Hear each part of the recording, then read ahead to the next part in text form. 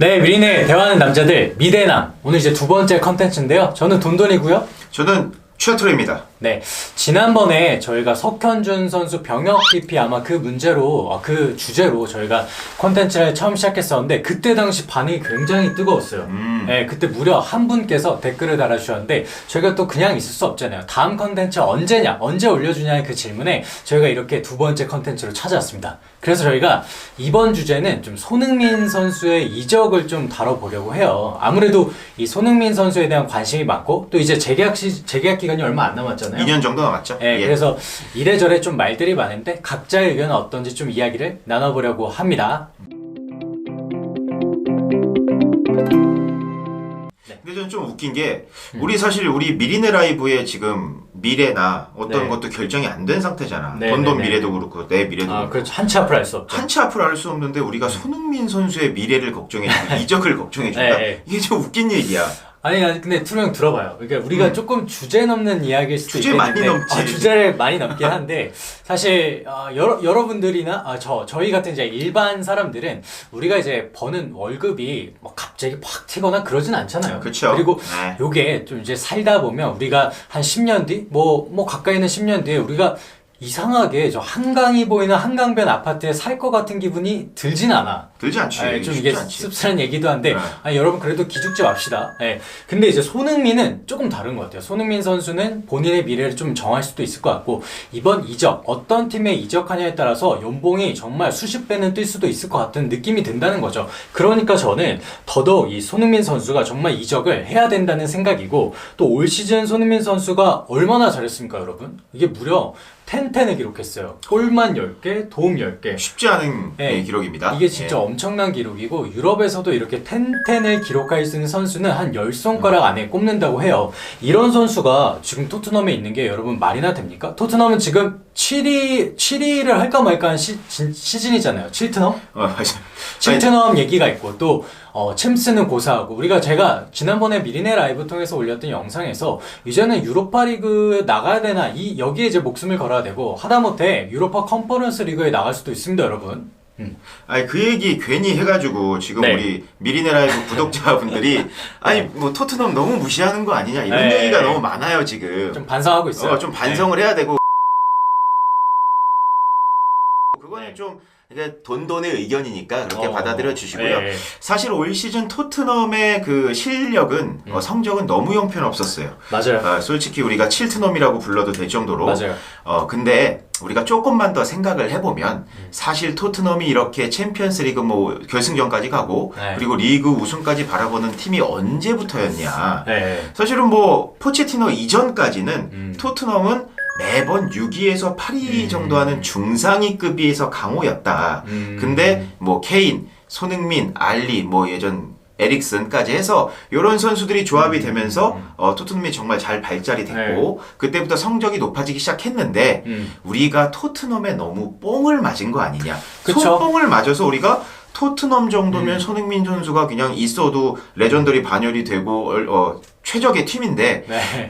이 정도도 잘하는 팀인데 우리가 너무 뽕을 맞았기 때문에 손흥민 딴 데 가라 이적해라 이러고 있는 건 아닌가를 한번 생각을 해봐야 되는 거예요. 그 맞는 말씀이죠. 사실 토트넘 하면 우리가 이제 흔히 말해 좀 속된 말로 닥트넘이라고도 했었고 우리가 토트넘을 빅클럽이라고 생각은 전혀 안 했었죠. 안 됐어요. 사실 안 됐어요. 전혀 안 했었고 우리한테 익숙한 팀은 뭐 맨체스터로 시작하는 두 팀 있었고 아무래도 말씀하신 것처럼 포체티노 감독이 오면서 한 6위 하면 잘했던 토트넘이 4위권 안으로 꾸준히 드는 모습을 맞습니다. 봤고 심지어 챔피언스리그 결승전에 올라가는 모습을 보면서 우리가 이 손흥민 선수와 또 오버랩이 되고 토트넘 강팀 아니야? 빅클럽 아니야? 그렇죠. 그런 약간 국뽕이 섞여가지고 토트넘을 강팀으로 생각했던 그런 오해가 저도 좀 있었다고 생각하는데 형 근데 지금 손흥민 선수는 진짜 아까 제가 말씀드린 것처럼 유럽을 통틀어서 손꼽히는 선수는 맞아요. 맞아요. 그건 동의하시죠? 인정하죠. 네, 네, 동의하시고. 인정합니다. 네. 근데 그런 선수가 여러분 우승 트로피가 지금 단 한 개도 없어요. 단 한 개도 없습니다. 한 개도 없어요. 단 한 개도 없고 오죽하면 우리가 우스갯소리로 손흥민 선수 우승 트로피 있잖아. 그거 아우디컵 있는 거 아니야? 이렇게. 아우디면은 네. 좋은 자동차 브랜드니까 아우디면 괜찮지. 좋은데 이게 벤츠랑 또 이제 BMW 비교해보면 뭐 그렇잖아요.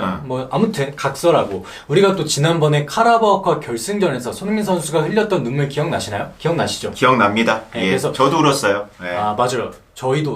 저도 그렇게 남자의 눈물에 사실 인색하잖아요. 그렇죠. 인색한 편인데 손흥민 선수가 얼마나 그렇게 승부욕이 셌냐를 그렇게 한 장면으로 압축해서 볼 수 있었던 것 같고 어쨌든 저는 그때 당시에 맨시티 선수들이 위로해주는 장면이 지금도 생생히 기억나요. 뭐라고 했냐면 손, 헤이 손, 너 정말 상심하지 마. 너 그래도 잘하고 있지.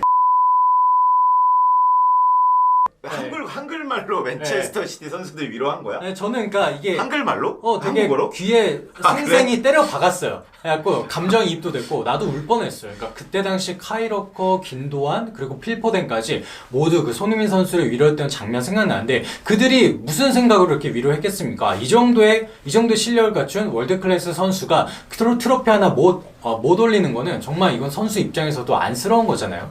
되게 안타까운 마음에 그랬을 거라고 저는 생각을 하고 그 정도 스트레스 쌓고 그 정도 토트넘에서 헌신했다면 이제는 이적을 해도 그렇게 욕먹을 일은 저는 아니라고 생각을 하고 올 시즌 또 손흥민 선수가 너무나 좋았던 게 이 도움 능력이에요. 도움만 무려 리그에서 10개를 기록했는데 이거는 다른 의미로는 연계 능력이 된다라는 거잖아요. 그러니까 연계 능력이 된다라는 거는 어떤 팀에 가서도 어떤 공격수와 만나서도 정말 그 득점으로 연계될 수 있는 그런 도움 능력이 탁월하다는 소리거든요. 손흥민 선수가 그 독일에서 레버쿠젠 그 분데스리가를 씹어먹고 이번에 프리미어리그에 와서 벌써 몇 년입니까? 몇 년째 뛰어난 활약을 보여주고 있기 때문에 저는 적응의 문제는 되게 덜하리라고 생각을 하고요. 이런 면을 볼 때도 다른 리그에 가서도 충분히 2인분 아니 3인분을 할 수 있다고 생각을 합니다.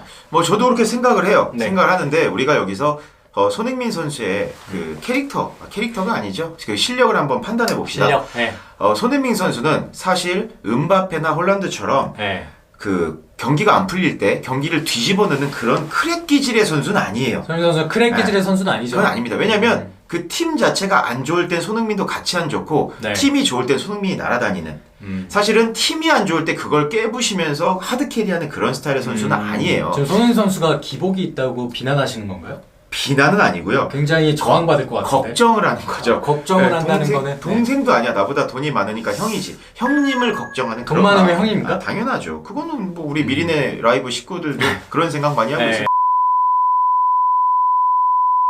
근데 손흥민 선수는 이런 크랙 기질보다는 뒷공간에서 찔러주는 패스를 공간 침투를 하면서 상대편의 오프사이드 맞아요. 트랙을 무너뜨리는 빠른 맞습니다. 스프린트를 이용해서 그런 스타일의 특화된 선수입니다. 그런 선수들이 팀을 이적해서 성공하려면 딱 두 가지의 기준이 필요해요. 조건이 필요한 뭐죠? 거예요. 그게? 첫 번째, 토트넘의 케인 같은 특급 공격수가 그 팀에 무조건 있어야 된다. 그래서 그 공격수가 수비수를 한 두세 명 정도 데리고 다니면서 이렇게 데리고 다녀줘야 손흥민이 그 빈 공간으로 침투를 해서 골을 넣는 거거든요. 케인이 토트넘에서는 그런 역할을 분명히 무조건 해주는 해줬었죠. 거죠. 네, 무조건 해주는. 그리고 두 번째, 아까 그 손흥민 선수의 특징에서 나오는 건데요. 바로 뒷공간에서 그 꿀패스. 아주 그냥 택배 패스를 해주는 패스 마스터들 미드필더가 있어야 된다.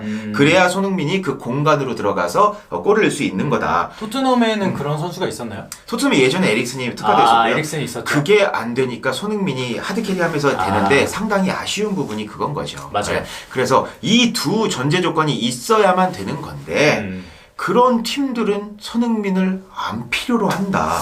오퍼가 없다. 오퍼가 없는 이유는 뭐 필요가 없으니까겠죠. 의외로 진짜 그 실력에 비해서 오퍼가 지금 없는 많지 거 않아요. 또 네. 영국 언론에서는 아니 이런 네. 실력 갖춘 선수한테 왜 빅클럽들은 이적제를 안 하냐 이런 것도 있었죠. 그렇죠. 그 돈돈도 여자친구 있어요? 여자친구가 지금은 없습니다. 그러니까 여자친구가 없는 이유는 여자들한테 오퍼가 안 와서 없는 거잖아. 대단한 오해를 하고 계신데 아니, 그런 거밖에 더 있나? 아니에요. 지금 대단한 오해를 하고 계신데 지금 이 코로나 시국에 우리가 어떻게 이제 대면으로 만나니까 여러분 알게 모르게 연락 많이 오고 있고요. 여자분들도 이제 주위에 시선이 있으니까 이 코로나 시국이 해결되면 아마 이거는 자연스레 해결될 문제라고 봅니다. 예, 그 비대면으로라도 많이 만나고 계신 것 같은데. 비대면, 그쵸. 네. 비대면 알게 모르게 많이 네. 만나고 있어요. 열심히 하는 친구입니다. 예. 열심히 여러모로. 네. 그래서 오퍼가 없다는 게 가장 큰 문제라고 생각을 하는 거죠. 저는 근데 그러니까 손흥민 선수가 오퍼가 없다고 하시는데 그건 왜겠어요? 이미 토트넘에서 보여주고 있는 모습이 그냥 잘하는 게 아니라 레전드 수준으로 보여주고 있다는 거예요. 이거는 다른 의미로 말하면 너무 잘하고 있으니까 그 위상이나 아니면 그 팀에서 받고 있는 주급이 너무 높을 수도 있고 아니면 몸값이 생각보다 높다라는 거예요. 생각해보면 손흥민 선수가 지금 이미 몸값이 1,000억 원이 넘어가고 있어요. 1,000억이나 돼요? 1,000억, 몸값만 1,000억입니다. 그럼 투르 형은 몸값이 얼마죠? 저는 마이너스. 그렇죠. 플러스조차 아닌 마이너스인데 마이너스 몸값입니다. 손흥민 선수는 이게 1억, 10억도 아니고 100억도 아니고 1,000억입니다. 특히나 아까 제가 코로나 시국이라고 말을 했었는데 이 시국에 과연 어떤 빅클럽들이 이렇게 쉽게 이 돈을 지불할 수 있겠냐라는 문제에서 아마 오퍼가 이렇게 계속해서 많이 들어오는 건 아닌 것 같아요. 네. 근데 이제 그 돈도 돈인데 사실은 좀 그렇게 생각해요. 다른 팀들에서 이미 손흥민은 토트넘에 좀 최적화된 선수가 아닌가. 그러니까 빼올 수 없는 선수급이 되지 않았나. 이런 생각을 좀 하는 것 같긴 해요. 근데 또 한번 생각을 해보면 은바페 선수가 이적 시장에 뭐 한 몇천억으로 나와. 그러면 구단주들이 군침을 안 흘리겠어요? 은바페는 누구나 원하죠. 누구나 흘리지. 근데 왜 손흥민은 그런 잣대를 안 들이대냐고. 요즘 뭐 재정 어려워서 토트넘의 레전드리라 아무도 안 빼갈라 그런다. 은바페가 나오면 빼갈 건데 그런 것들은 우리가 왜 생각을 안 하냐 이런 것들이 있는 거죠. 그러면 돈도는 혹시 손흥민 선수가 이적하길 바라는 것 같은데 이적을 한다면 어떤 팀이 좀 어울린다고 생각을 합니다. 저는 사실 이제 이게 어떤 팀에 어울리냐, 무슨 팀에 가야 되냐, 이건 좀 조심스럽긴 해요. 왜냐면 조심스럽지. 누구나 개인적인 의견이 있을 테고 구단마다 복합적인 좀 사정이 있을 거잖아요. 근데 이제 개인적인 의견으로 말씀드리자면 저는 맨유, 그러니까 맨체스터 유나이티드가 적합하다고 생각을 하는데요. 맨유요? 네, 맨유가 적합한데 일단 첫 번째로는 이 구단은 돈이 많아요. 돈이 많기 때문에 손흥민 선수의 어떤 위상과 실력에 걸맞는 그런 돈을 지불할 수 있다고 생각을 하고요. 그 다음에 이제 손흥민 선수가 가지고 있는 어떤 스타성이 있잖아요. 이 스타성은 스타성은 정말 엄청나거든요.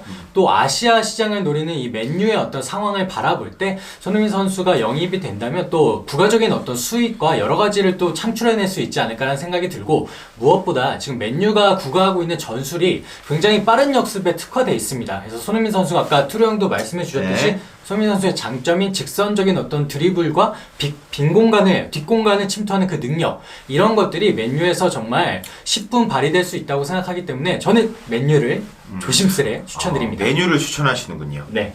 근데 제 생각은 조금 달라요. 맨유에는 이미 그 레시포드나 그린우드 같은 발빠른 측면 윙어들이 포진해 있고요. 정말 발 빠르죠, 그 친구들. 그렇죠. 그리고 가장 걱정되는 건 뭐냐? 맨유를 하드캐리하고 있는 브루노 페르난데스 선수가 있습니다. 엄청나요. 진짜 너무 잘해요. 너무 잘해. 아주 맨유의 보물인데 이 선수가 지금 34경기에서 무려 17골을 기록하고 있는 선수입니다. 손흥민 못지않네요. 그 미드필더 위치에서. 맞습니다. 대단한 것 같아요. 중요한 건 완전 뭐 카반이나 케인 같은 공격수 위치가 아니라 미드필더라는 사실이에요. 그렇죠. 근데 이 선수는 아까 얘기했듯이 크릭 기질이 있는 선수예요. 경기가 안 풀리면 자기가 박스권, 상대편의 박스권까지 들어가서 골까지 넣고 해결을 하는 선수예요. 그렇죠. 저는 이 부분이 오히려 좀 걱정이 되는 거예요. 손흥민과의 그런 역할놀이 좀 겹치지 않을까. 오히려 걱정이 된다는 거예요? 손흥민이 사실은 토트넘에서 그런 크랙 기질에 비슷하게 싸우면서 이렇게 터진 선수인데 그러니까 이제 크랙은 아니지만 그런 모습을 보여줄 때도 있었고